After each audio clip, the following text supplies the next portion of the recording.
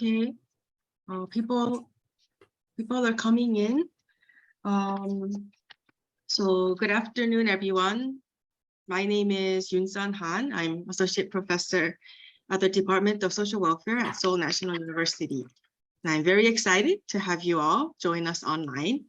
I will introduce you today the works of Rain School initiative in the Monsoon. Our presentation will talk about cases from India, Sri Lanka, South Korea, Vietnam, Philippines, Myanmar, Laos, Thailand, Cambodia, and the Pacific Island nations. The presenters are in the order of Dr. Mooyoung Han, Dr. Ariyananda Tanuja, Ms. Kim Hyun-jung, Dr. Khue, Dr. Mina Shin, and former Ambassador Im Jae-hong.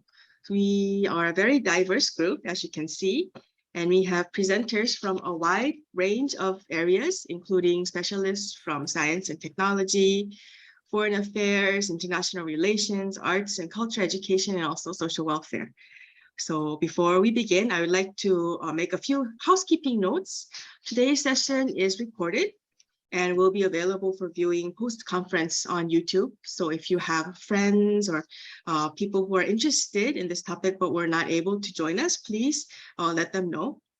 And if you have any questions for the presenters, please use the chat feature in this World Water Week. 대표니까 들리세요? 예? 김현정 대표니까 들리세요? 네, 안 들려야지. 근데 이거 내가 저는 공유로 계속 공유 중이다라고 뜨는데 교수님 화면에서는 안 보이세요? 네. 소리가 안 들리시는 거예요, 교수님? So if you have any questions to the presenters, please use the chat feature in this World Water Week Conference platform webpage. And this session will run from 2 o'clock to 3:20. And each presenter will have about 10 minutes for their presentation, and we will spend the rest of the time for Q&A from the audience.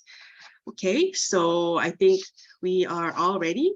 Dr. Mooyoung Han, when you're ready, please feel free to start your presentation. Thank you.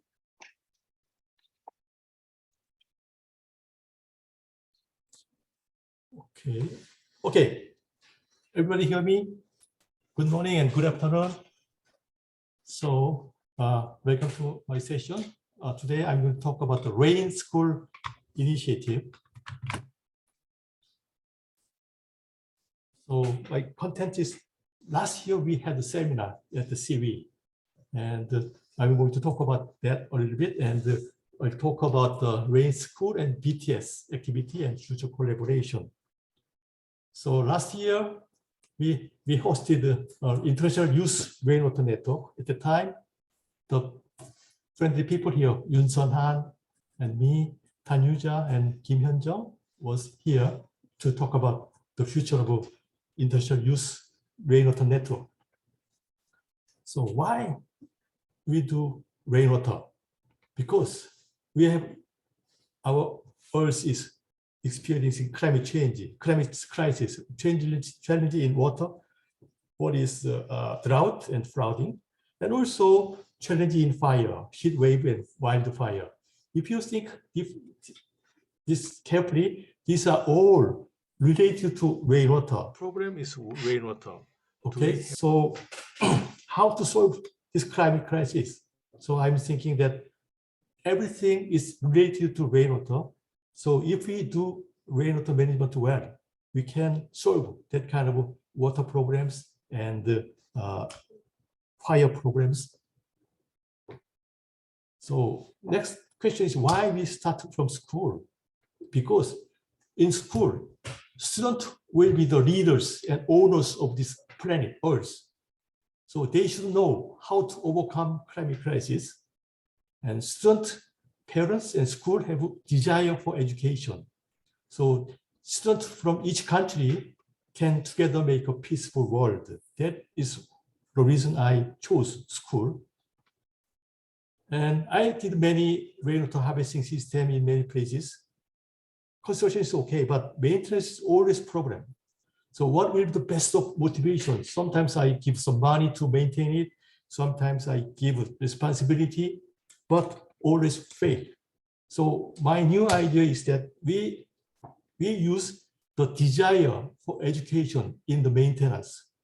So if we involve school and education and to maintain this rainwater system, that can be a good thing. And if we make people, students happy, then we can maintain very good system. And why international? Because each country has its own culture for climate mitigation and adaptation in the history and culture.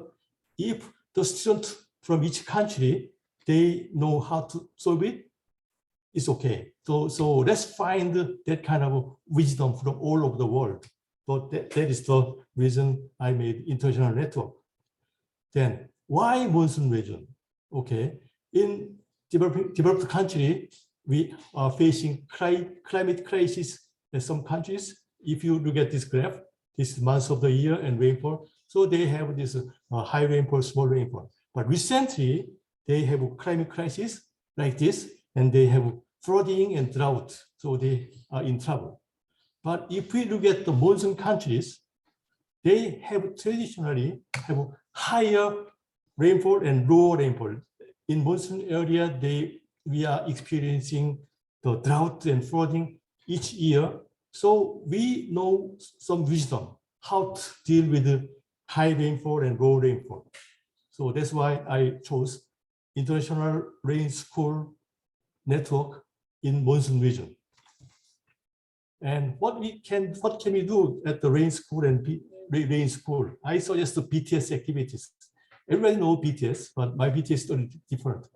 So BTS is a special group in school. So in Korean language, B is rain. So be a teacher and student. So that group, specialist group, is BTS. It contains of 1 or 2 teachers and 3 groups, and high school, first, second, third grade. The activity should be BTS also. B is beauty, and so they design and use art and culture and dance and decoration, that kind of thing they can do. And technology is T is technology. Technology is monitoring the water quality and water quantity, and they can do technical design and using IT.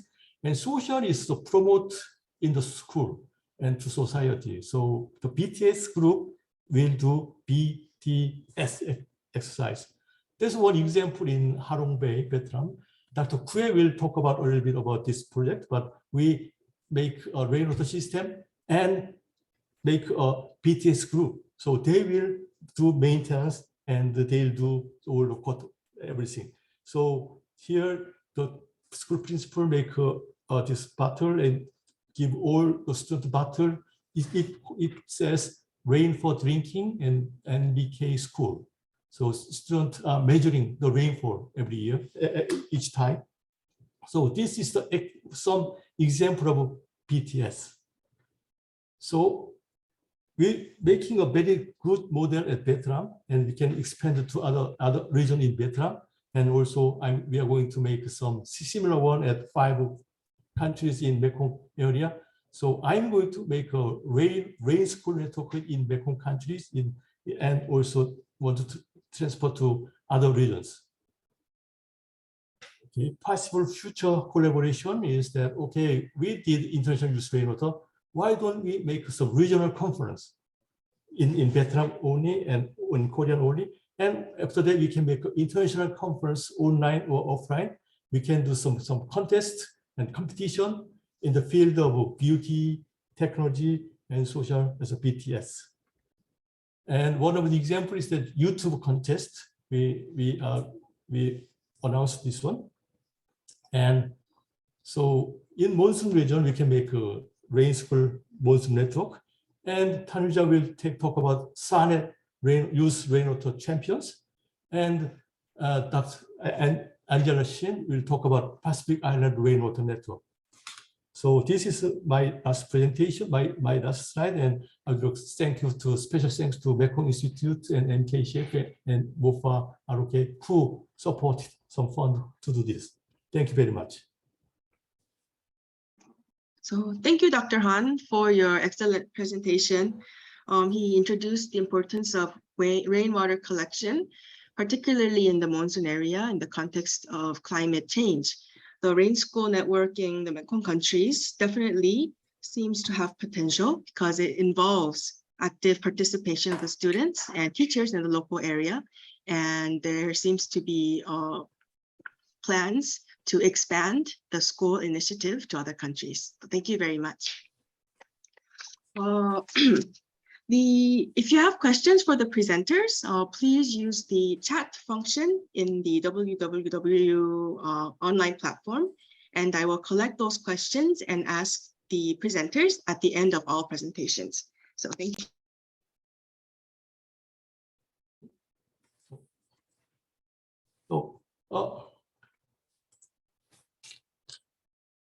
Sorry. My mic was on mute, so I will repeat myself. Sorry about that. Thank you for the excellent presentation. Dr. Han introduced the importance of rainwater collection, particularly in the Monsoon area in the context of climate change.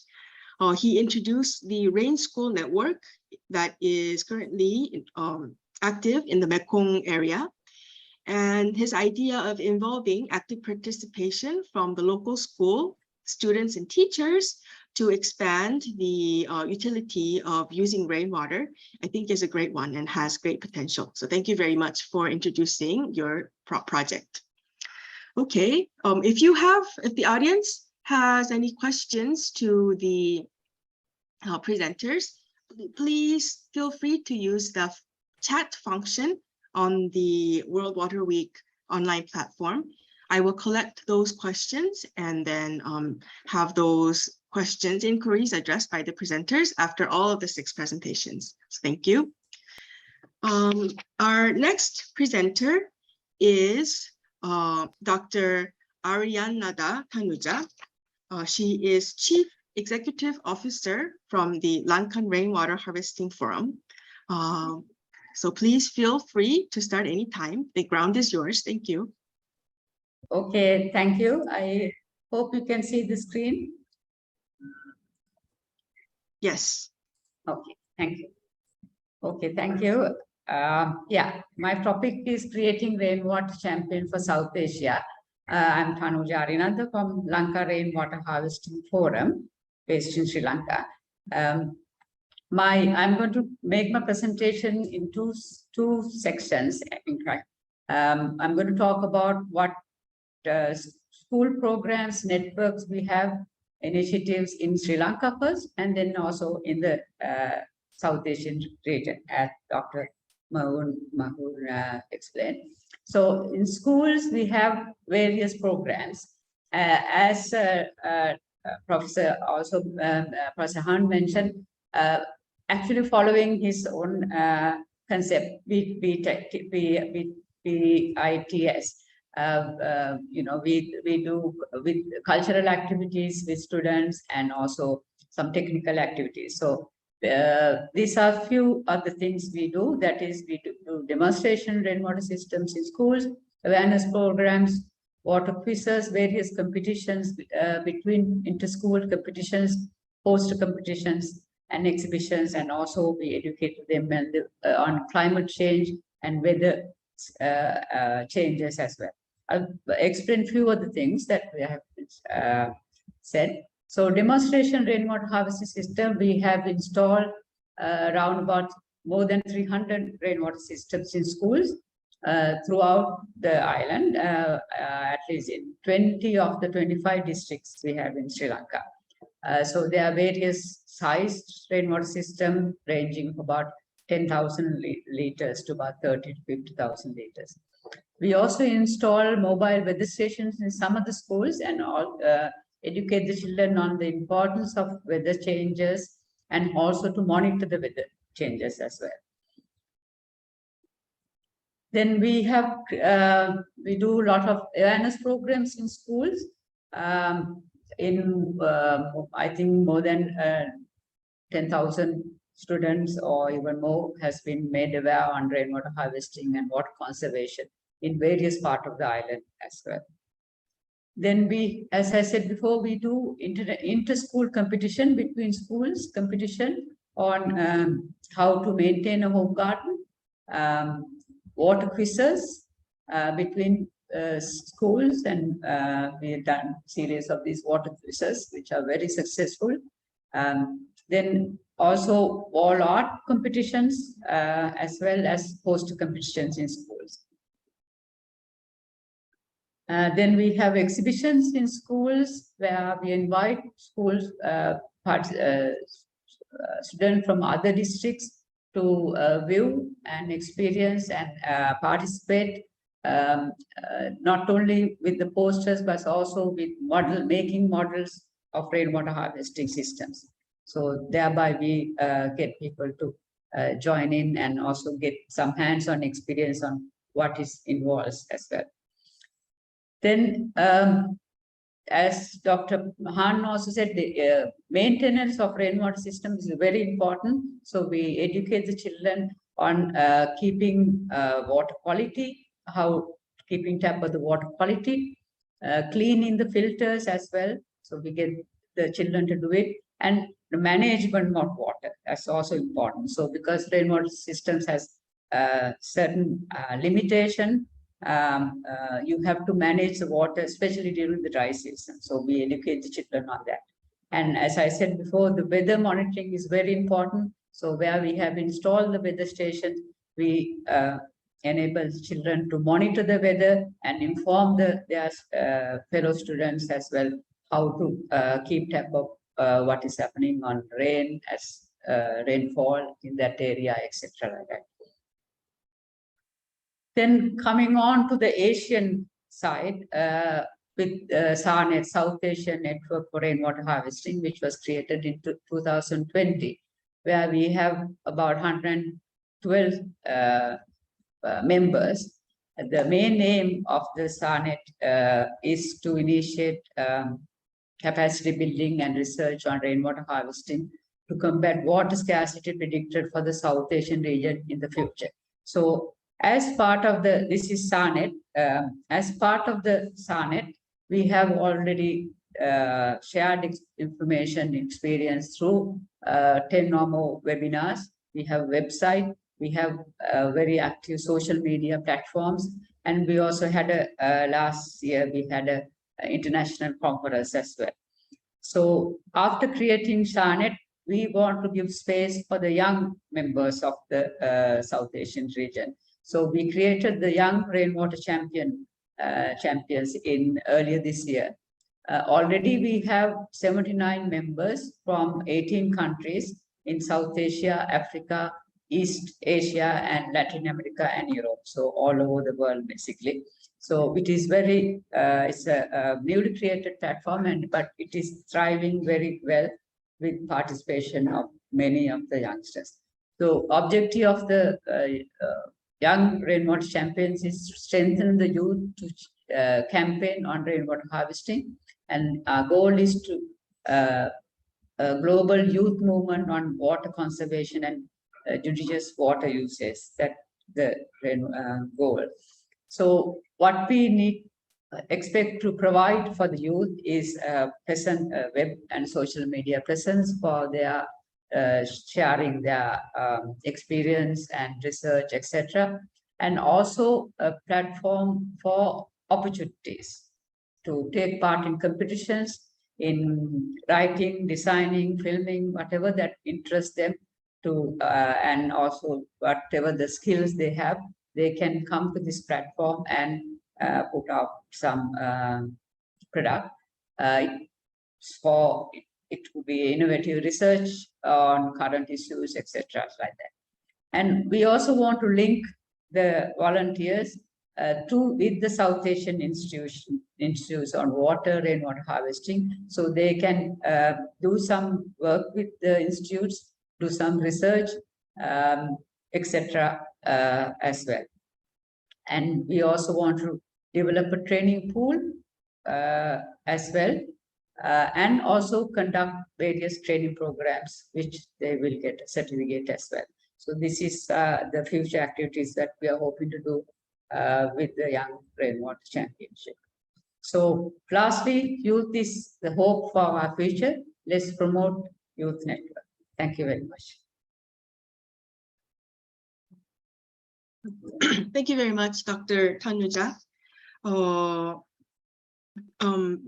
were able to see the rainwater harvesting awareness programs in the schools that are facilitated by Lanka Rainwater Harvesting Forum, and also the introduction of South Asia Rainwater Network and Young Rainwater Champions seem to be also a more expanded project that encompasses diverse regions. So thank you very much.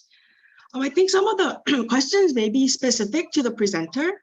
So earlier I said we will collect the questions and then ask the presenter after all the presentations. But because this question is very specific to Dr. Tanuja's presentation, I think we might answer these first. The first question was, are these government schools?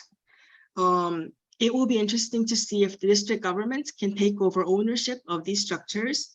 It will act as immense encouragement to children who are acting as champions. And then another question was, what are the challenges you have faced to build or run rainwater schools? Okay, can I answer them now? Yes. Okay, yeah, these are mostly government schools, and we do collaborate with the government institutions, zonal education systems, when we are installing a rainwater system. So their cooperation is also seek, and we are working very hard to get them to have ownership.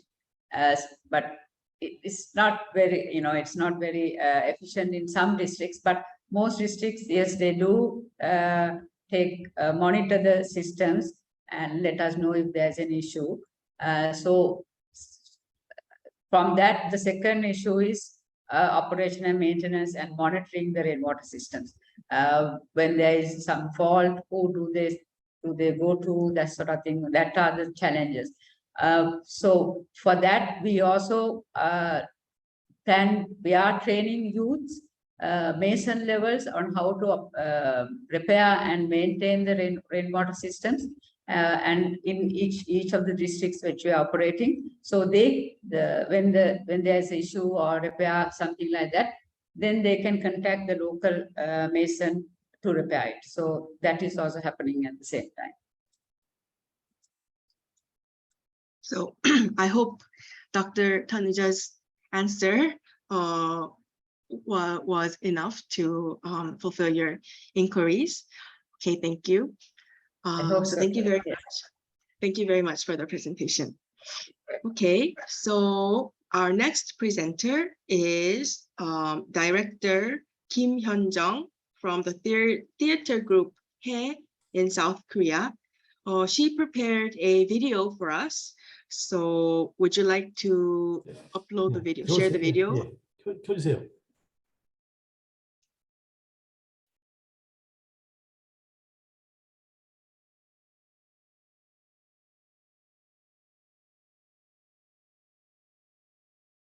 안 들리는데? I'm not able to hear the sound.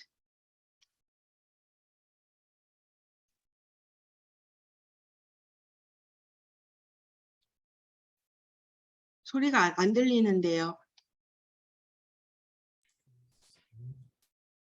소리가.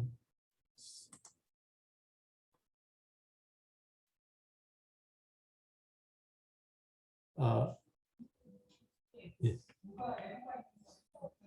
Okay, so maybe there's some technical problem. So in that case, can we skip this one to next version, and Dr. Khue can follow up instead? Dr. Khue, can you okay? Yes. Okay, so yes, our next presenter is Dr. Khue from Research Institute for Water and Environment Management in Vietnam, and also Vietnam National University at Ho Chi Minh City. So the floor is yours. Thank you. Thank you. Let me share my screen. Okay. Good morning and good afternoon. This is Khue from Vietnam. As you heard from Professor Han, I'm a lecturer at the Faculty of International Relations Vietnam National Universities and also a researcher at RIWEM Vietnam. As someone with international relations or political science background, I find Rain School a fascinating and an eye-opening idea which deserves the attention and investment from experts and policymakers worldwide. So I'd like to share my thoughts with you today, as well as raising a case study from my home country, Vietnam. And so the title of my presentation is Rain School Network as an Innovative Local Micro International Corporation, a level-based analysis and case study from Vietnam. I will assess the Rain School Network using different levels of analysis in international relations that were introduced by David Singer in 1961. He's a political scientist. It's a pretty old but very important methodology in the field of IR or international cooperation. But first of all, I consider Rain School Network a typical example of local-based international cooperation in which different countries, different communities and societies cooperate based on a deep understanding and appreciation of the local conditions and people. So as you can see, I strongly emphasize the local here because it is one of the key words of my presentation. I think this kind of local-based or local-focused international cooperation has been widely advocated throughout the world, especially by UN-initiated programs in developing countries. At the macro level, there are three popular forms of cooperation. First is state or governmental cooperation. Projects implemented by governments of different countries, many times between developed and developing ones. They could be of any form that you can think of, like bilateral, sub-regional, regional, or global. Second is city or municipal cooperation. Capital cities or big city or even regions of certain country, they sign MOU or sister city program with each other. For example, Seoul, the capital city of South Korea, now has sister ties with 23 cities in the world, including Hanoi, the capital of Vietnam. Another well-known format of this kind is the International Urban Cooperation, the IUC program between the EU and Asian cities. And third, as you may know, global NGO operate at different countries, to name just a few here. At the micro level, two popular forms of cooperation are, number one, institutional connection. The most popular form is, you may heard of, university or research institutes of different countries sign MOU or build connection or partnership with each other. One example is a forum setting up by 4 big universities in East Asia to cooperate on green growth, as you can see here. And last but not least, in the micro level is individual connection, people to people exchange through travel or business, which usually produces short-term effects. So far, if we take a broader look at these kind of traditional or popular forms of cooperation, we see that despite their focus on the local side, they could not make the most of or bring into full play the local characteristics. I believe Rain School Network may tackle this shortcoming in many ways, and I'm gonna explain to you right now. I think I can think of at least 3 ways that it could tackle the issue. First and foremost, the project is financially and technically sponsored by South Korean Ministry of Foreign Affairs to assist countries in the Monsoon region to overcome climate change, focusing on rainwater management in the rural areas. So you kind of see the macro level here, right? You see the South Korean government's participation here, but it is the local workforce and resources to implement the project and monitor the results in the long run. Moreover, based on their own experience and their indigenous knowledge, the locals then sustain and innovate such results to resolve their own local problems. And you may heard from Professor Mooyoung's presentation, each community in any part of the world sustain their own tradition, and as Professor Han used the word, their own culture and solutions to their local issues. And second, and as a follow-up to what I've just said, is a focus on the rural areas. Compared to highly globalized big city, rural areas are where traditions are reserved and mobility is relatively limited, securing the project's locality. What you are seeing over here is a tradition of rainwater harvesting in rural Vietnam. It has been sustained for 1,000 years and still live on today. So I think that each community has their own ways to deal with their own water shortage or their own kind of climate issues. So why don't we make full use of such solutions? And third, the program takes general education institution at its core actors. By saying general education institution, I'm thinking of primary, secondary, and high schools. And I think this is very smart and innovative. Instead of choosing, for example, university, which are usually located at big cities and whose students come from different places, general education institution in the rural areas further secure the project's location or locality. And unlike university students whose attachment with their family is pretty low, as young teenagers, schoolboys and schoolgirls receive more attention from their parents. As a result, the project draws much more interest from the student families and communities, expanding its effectiveness. And last but not least, international exchange among university students are pretty common, but chances for schoolboys and schoolgirls from different countries to contact, to communicate, to learn and teach each other are very few or even none. And so in short, from an international relation point of view, Rain School model integrates both macro and micro levels of international cooperation while taking full advantage of the local characteristics. Therefore, we value it as a local micro solution to the traditional or popular forms of international relation or cooperation that we usually see. And so we strongly recommend this brand new and innovative form of cooperation to governments and organizations worldwide. And so that's the theoretical part of my presentation. So I'd like to move on to a more practical part. From this level-based analysis, I'm going to introduce the Vietnamese case study. In Vietnam, the project is being implemented at a high school located in Hạ Long, a coastal city in Quảng Ninh province, northeast Vietnam, as you can see from the map. The school is located in a quite mountainous area and was actually built on a hill. As you can see from the map, it's almost 2.5 hours drive from Hanoi, the capital city.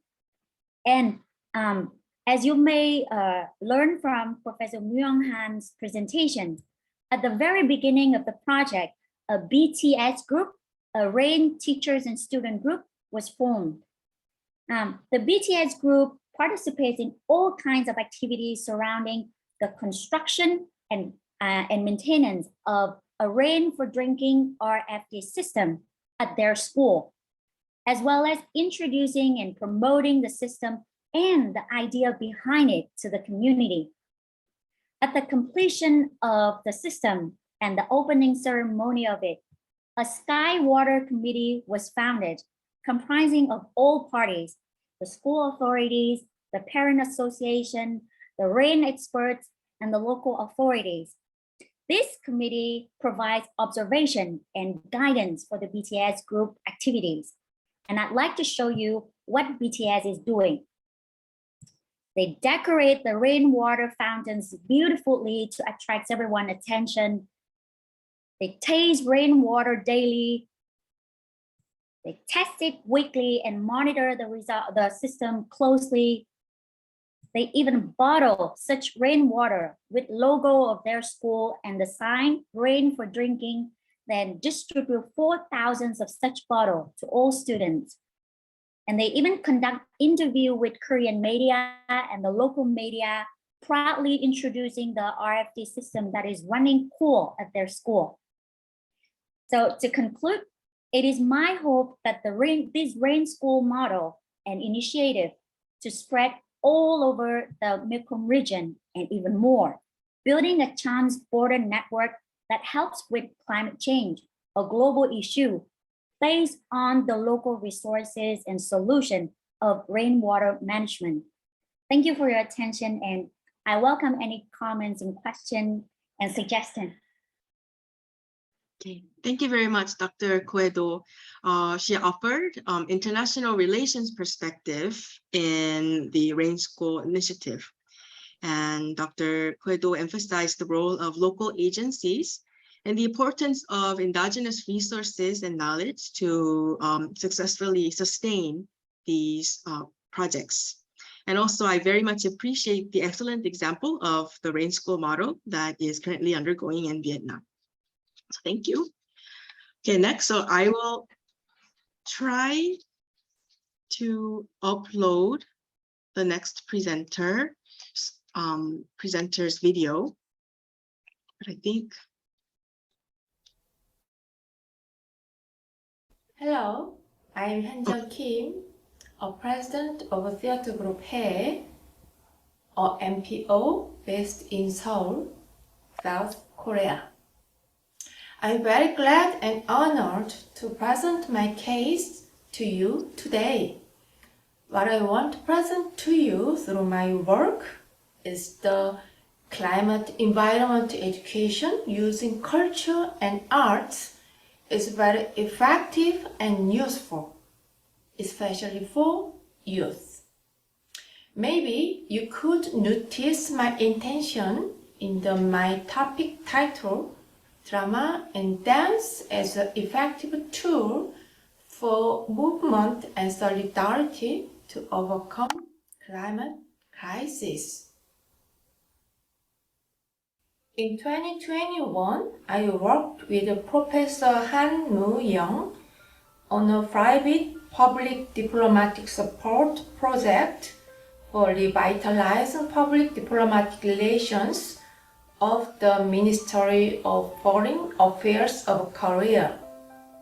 Through this project, the storytelling of rainwater and youth, drama, dance, and traditional culture were used as effective tool to renew awareness of the water environment for youth and adults in 6 ASEAN countries: Bangladesh, Vietnam, Sri Lanka, India, and Philippines and South Korea, and to form a network to collaborate for the future. The project was WeYouthG project. It means Water, Environment, Youth Global Project, and WAY project. It means Water for All Youth project. This project aims to arouse interest and problem awareness of youth about water, which is directly related to our life in the current global climate crisis, and to provide a way to collectively improve water environment through drama, dance activities. The main contents of the project are as follows. First, drama performance Help We Rain, the story of water and youth of lives, peace, and love.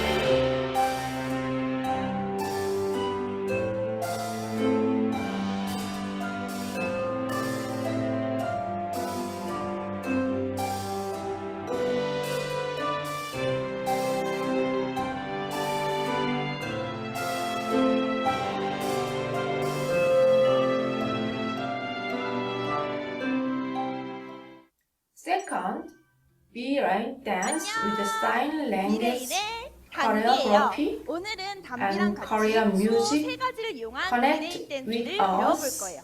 and 일단 give new insight into water. 물, 구름. 그럼 카운트와 같이 1, 2, 3, 4, 5, 6, 7, 8 1, 2, 3, 4, 5, 6, 7, 8 1, 2, 3, 4, 5, 6, 7, 8 1, 2, 3, 4, 5, 6, 7, 8 그럼 이제부터 노래랑 같이 해볼까요? 뮤직 큐!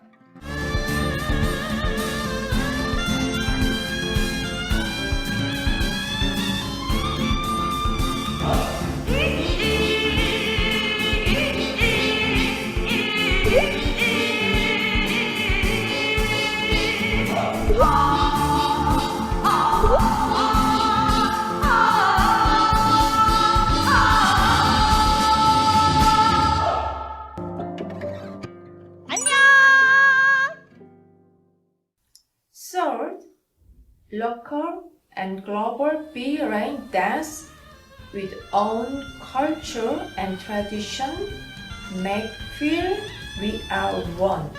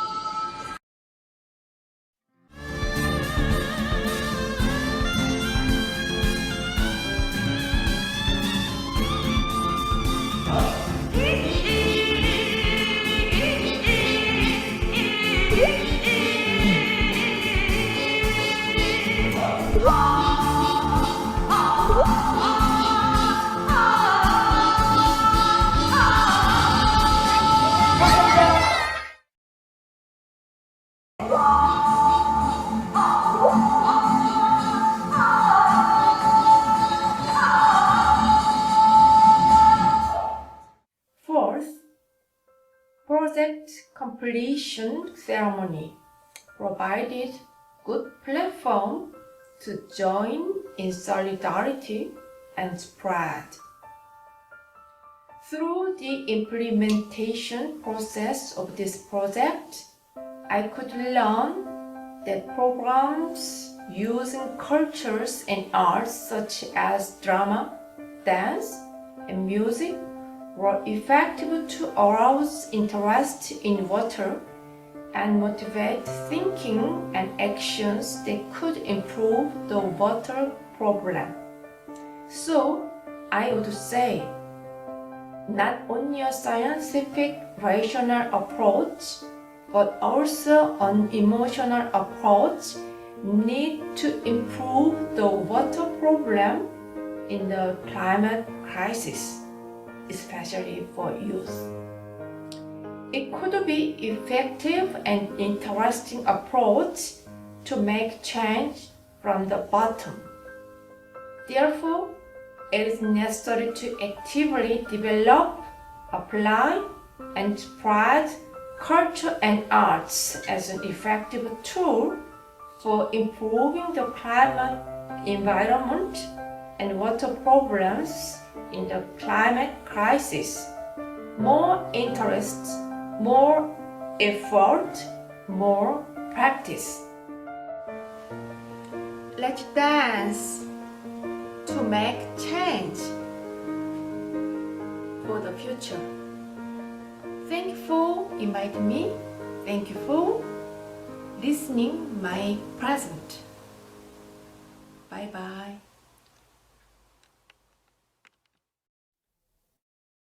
Thank you very much. That was Director Kim Hyun-jung from the theater group Khue. As you can see, this presentation showed how climate and environment education can be incorporated in culture and arts. This emotional approach that they used is probably an easier and maybe more friendlier way to convey messages about the seriousness of climate crisis. And we were also able to see how the indigenous culture can transform the same dance into different versions and easily approach the local people in different parts of the regions. So thank you very much for the video. Our next presenter is Dr. Angela Shin, and she will talk about the case of Pacific Islands, Pacific Island nations. Thank you. The floor is yours.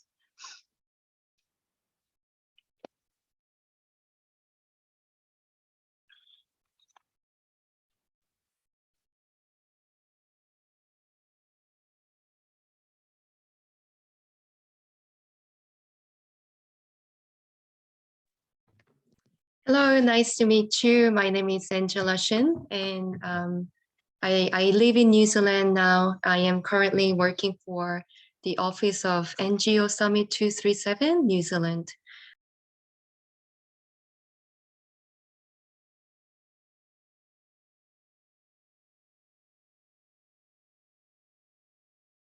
I think sorry. you're muted. Yeah, that's right. Oh, sorry. Let me start again. Hello, nice to meet you. My name is Angela Shin. I live in New Zealand, and I am currently working for the office of NGO Summit 237, New Zealand. Today, I am very pleased to be able to present about the experience with rainwater for drinking system in the South Pacific Island nations.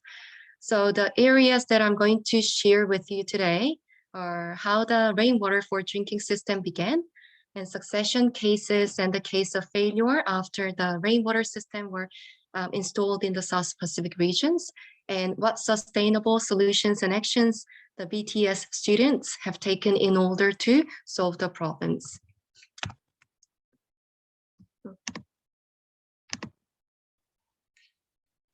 Okay, before we start, let me give you a brief introduction about the South Pacific Island nations. The South Pacific Island nations consist of 25,000 islands, including Australia and New Zealand, located mainly in the South Pacific Ocean, typically divided into 3 parts: Polynesia, Micronesia, and Melanesia. In the South Pacific, where the sun rises first on Earth, there are many beautiful island countries, but they are not as peaceful as they seem. This is because the sea level rise is a big crisis that is directly related to survival for island countries in the South Pacific, which have low altitude due to rising sea levels caused by global warming. Tonga in the South Pacific is now suffering from environmental and water problems, as the entire island has been covered with volcanic ash due to a large volcanic eruption. So then why is rainwater facility for drinking water is important in the South Pacific nations?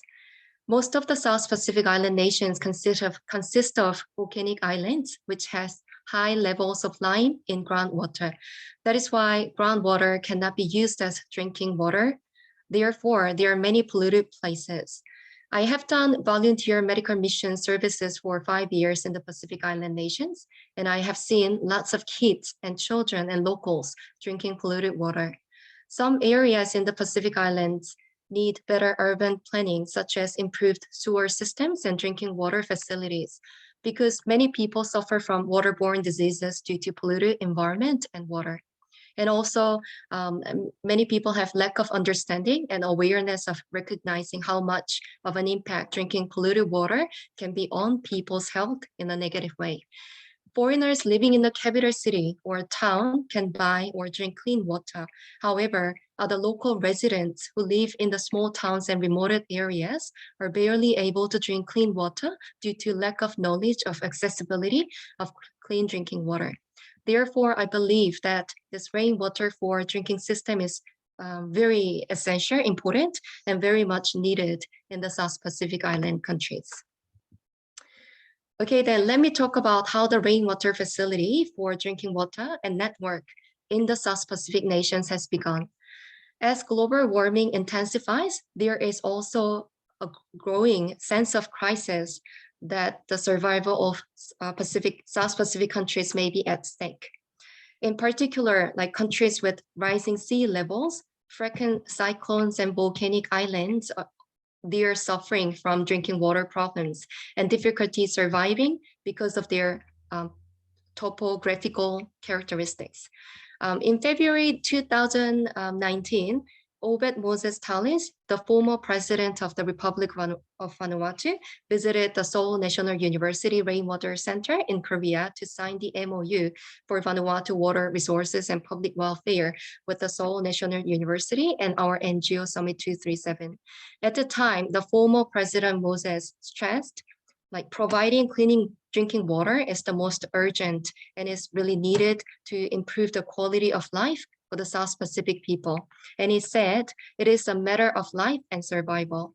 And in the same year, 2019, the SDG 6 conference took place in Vanuatu for solving water problems in the South Pacific Islands. So this was how the network for the rainwater facility for drinking water in the South Pacific Island nations began. Okay. So after the MOU signing agreement, the Rainwater Center team of the Seoul National University came to Vanuatu and installed the rainwater facilities in the selected areas. The local people in the village helped Professor Han Mooyoung's Rainwater Center team with one joyful heart in anticipation that clean drinking water will be supplied to everyone in that region. When I saw them working with one joyful heart for installation of the rainwater facilities, I could feel their hearts were filled with hope and dream of a better life. And I thought it is not only life-giving water, but it is indeed a precious dream-giving water to locals and students who really need clean drinking water. Okay, and rainwater for drinking systems were installed in the 3 different selected areas in Vanuatu and also in Solomon Islands in the Pacific Island nations. The first picture shows the rainwater for drinking facility at Haeryun National Kindergarten and Elementary School. The second picture shows that the same facility at the seafront park at Harborside in Port Vila in Vanuatu, a place frequently visited by many local people. And the third picture on the right side shows the rainwater facility for drinking system at Rove Health Clinic at Psycho Hospital in Honiara City of Solomon Islands. So now let's look at the succession case of the rainwater facility for drinking system.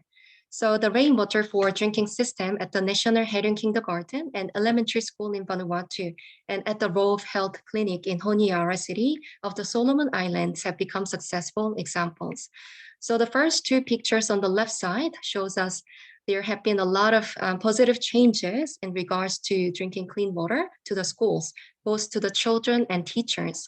The school's rainwater facilities not only allowed many people to drink clean drinking water, but also became an important teacher's tool, which they used to educate school children about the importance of drinking clean water.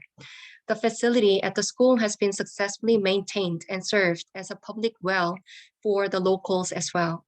The reason how it's been successfully managed and maintained is because a person who is in charge of managing and maintaining the rainwater facility in the place was appointed by the school so that it may help local residents, parents, and the school students to make a good use of it.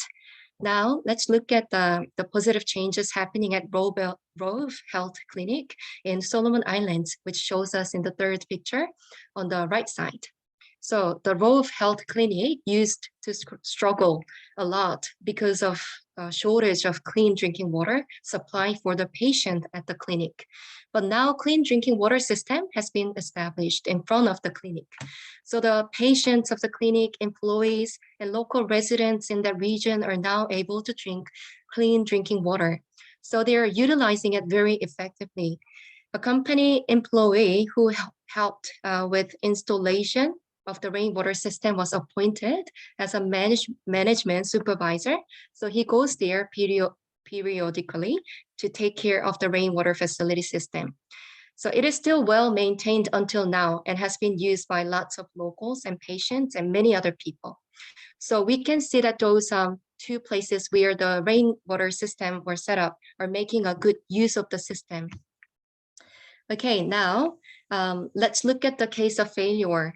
So the rainwater facilities I mentioned earlier have been very well maintained. However, the rainwater facilities that was installed at the harborside seafront in Port Vila in Vanuatu had some issues and troubles after the installation.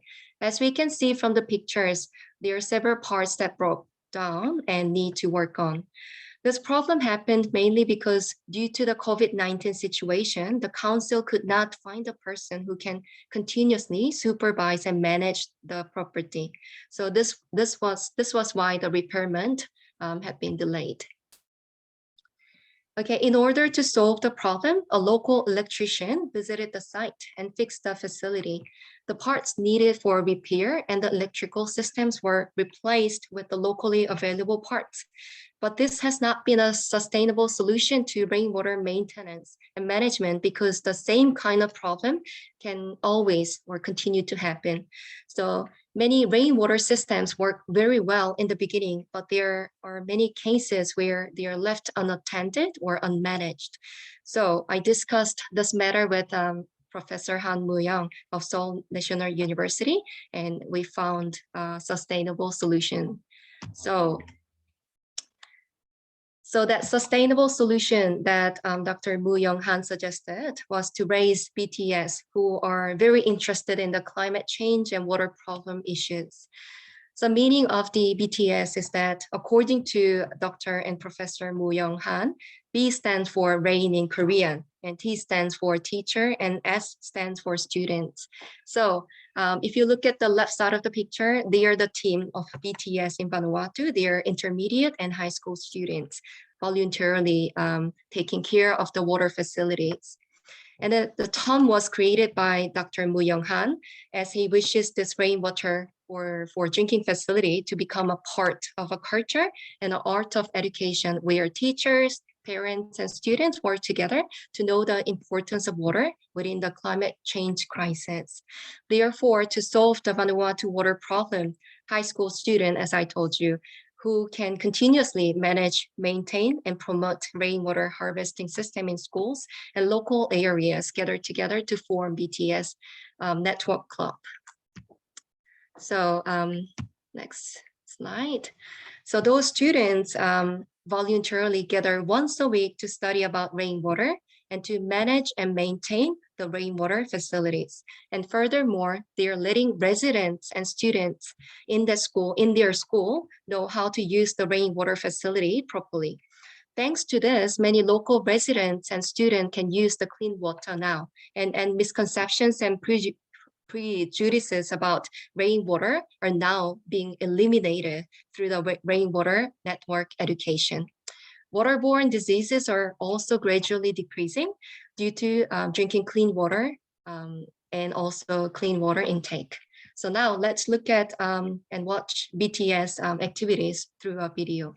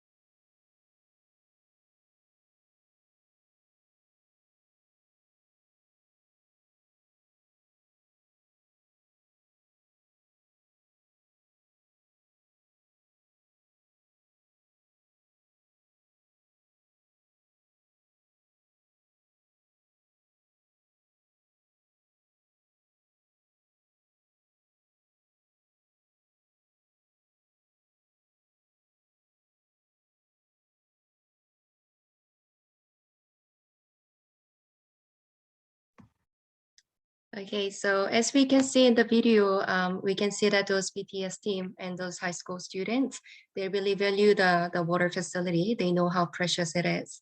So they're still and continuously taking care of this and also spread the rainwater education to other students in their group and also in the school. So let's all continuously support those groups. Okay, so lastly,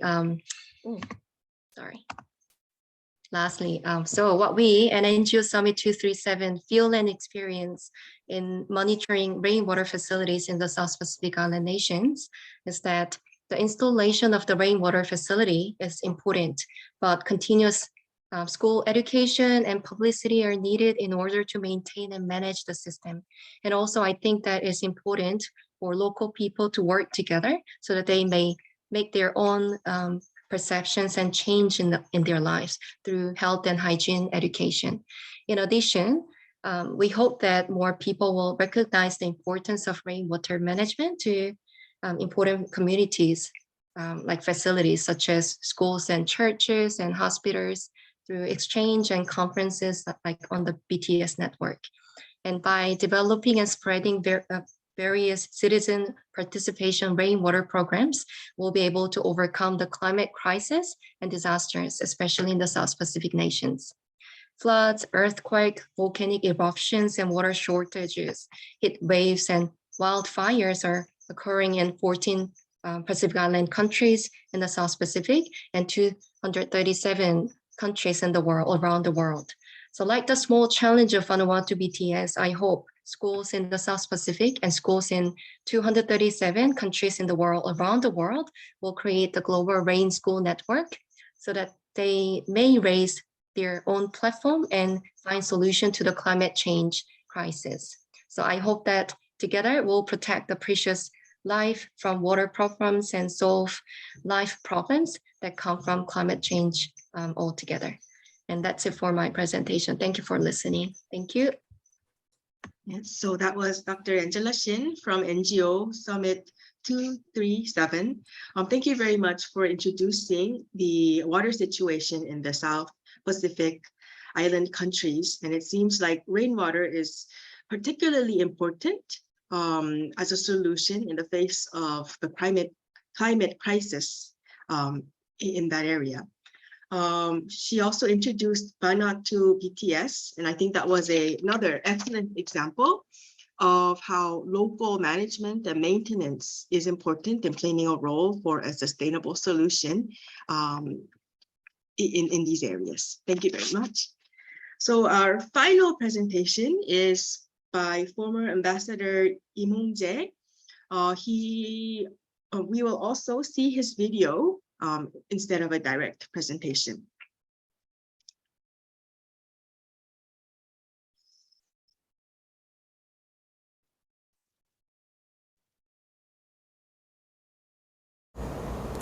At the outset, I would like to thank the moderator for giving me an opportunity to speak in this session on the subject under discussion.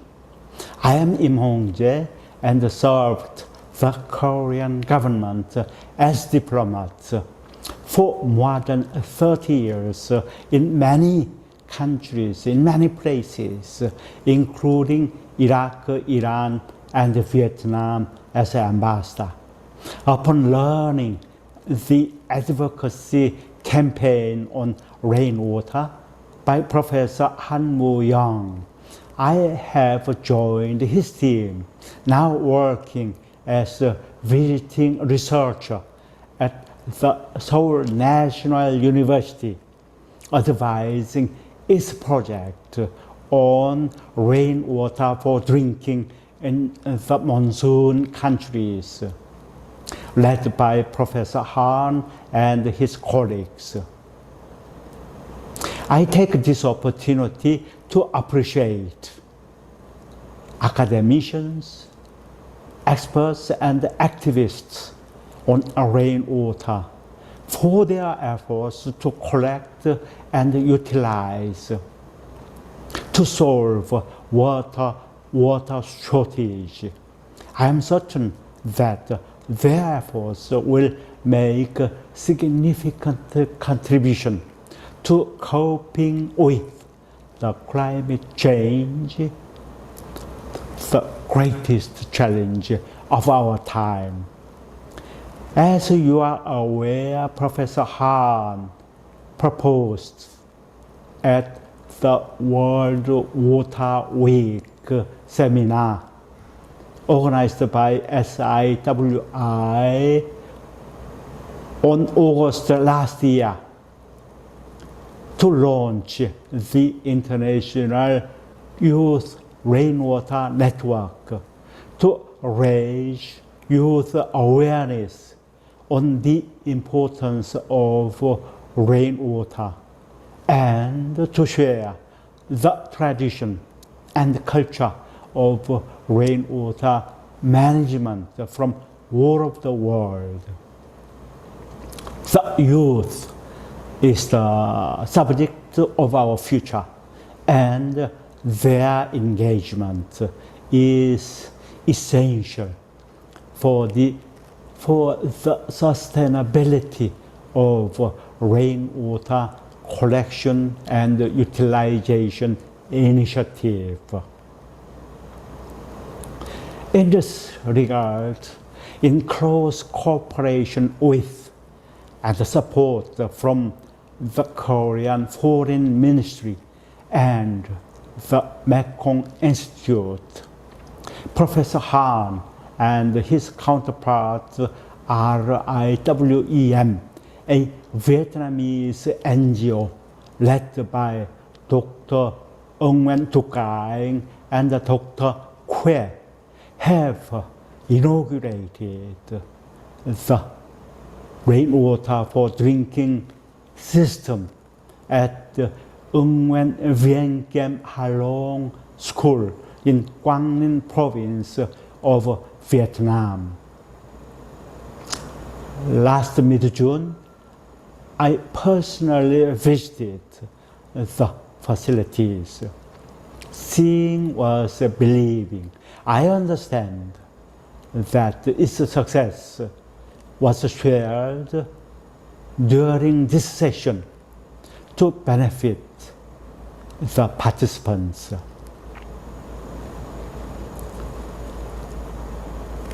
there is a beginning for everything. And the NBK case is a good beginning for the international youth rainwater network. I hope the NBK demonstration model will be shared widely, not only in Vietnam, but also in many countries, in many monsoon countries, monsoon region countries, including Cambodia, Laos, Thailand, and Myanmar in particular. Common knowledge on the importance of rainwater should be common practice of it. Organizations, regional and international alike, should take up the rainwater, the issue of rainwater, in their discussing the climate change issue, hopefully adopting necessary measures to recognize and disseminate the importance of rainwater. The role of the United Nations in this regard cannot be emphasized enough. I thank you for your attention. Yeah, so that was former Ambassador Im Hong-jae. And I definitely agree with his comment that Rainwater Initiative is actually more than an educational program for young people. And in fact, it may play a crucial role in facilitating a multilateral collaboration among many countries for sustainable development. So that was the final presentation. We have about 6 minutes for Q&A. There were some questions that were posted on the chat, but there seems to be a general consensus from the presenters and the audience, such as Mr. Vikas Ratanji, that it's very important for the role of local agencies in order to maintain sustainable facility using rainwater. And many people seem to enjoy the rainwater dance. There was a question for Dr. Khue, and I will read the question. So Dr. Khue, you mentioned local micro solution. Do you have any other example of such solution made by ODA projects in the world? So that question was by Dr. Mooyoung. Okay, thank you. Can I go? Thank you, Professor Mooyoung. The solution that I come up with in the presentation, as I term it, local micro solution, is what I come up with when I exchange ideas with Professor Mooyoung, and I end up with the term. And I don't, to my limited knowledge, I couldn't find another example of such term or such solution or proposal made by any ODA project, because from my point of view, the ODA project, if I can take it, I think it's a kind of, it could be one type of governmental or state kind of state-led or government-led program, because usually the donor side is usually called donor government agency. And from my take, ODA programs or projects usually run top down. The structure is usually top down rather than bottom up. And so the exchange is very, very much one-sided rather than two-sided. The recipient country or community will receive whatever is given, and the donor gave whatever they want to give. And usually they are grants, one-side grants or sometimes soft loans. But anyway, I think that with such kind of structure or the way they run, then there will be no or even very small contribution from the locals, because it's very one-sided. And in my opinion, regardless of the huge amount of money that was invested by through grants or soft loans, then after a while, in the long run, there is no good maintenance or operation from the locals, because the local side or characteristic weren't taken into account at all from the very beginning.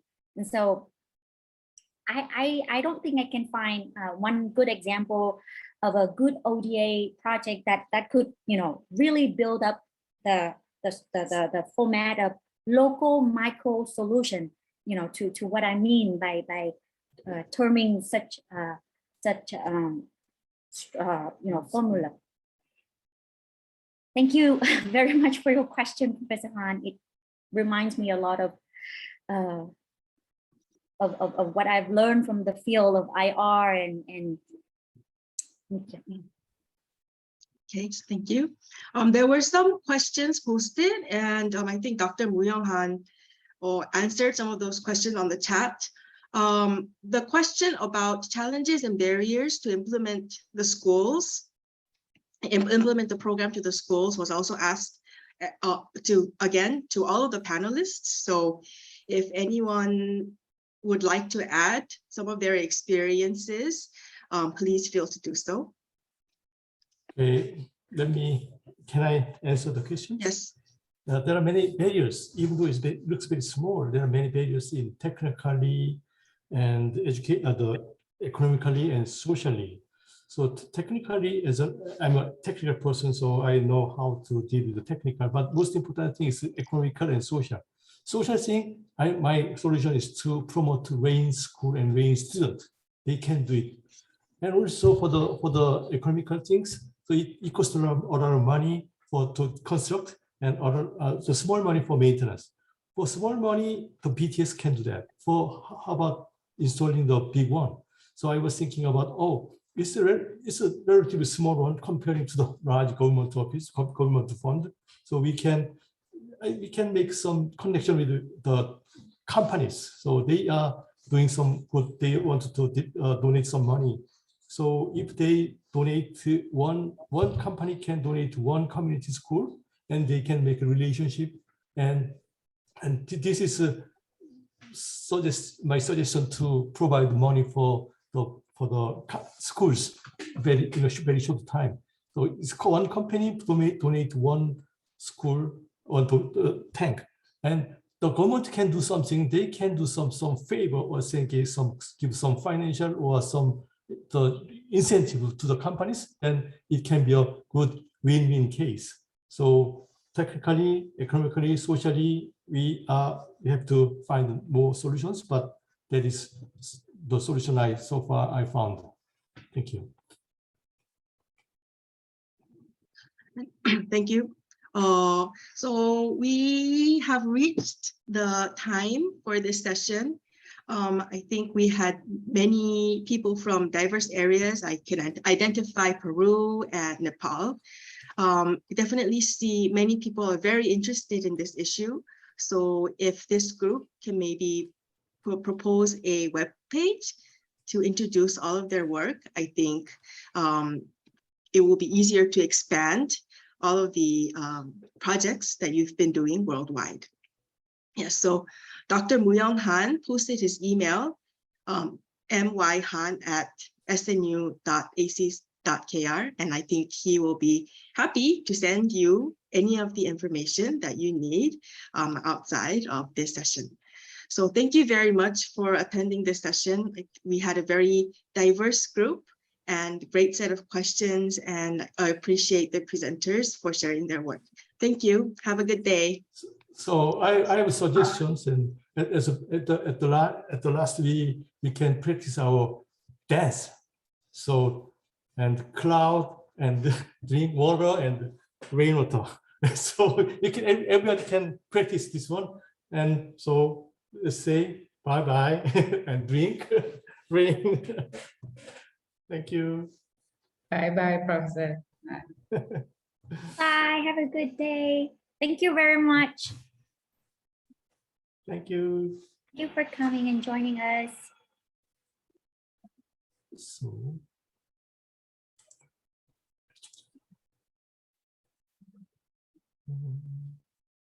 it's great.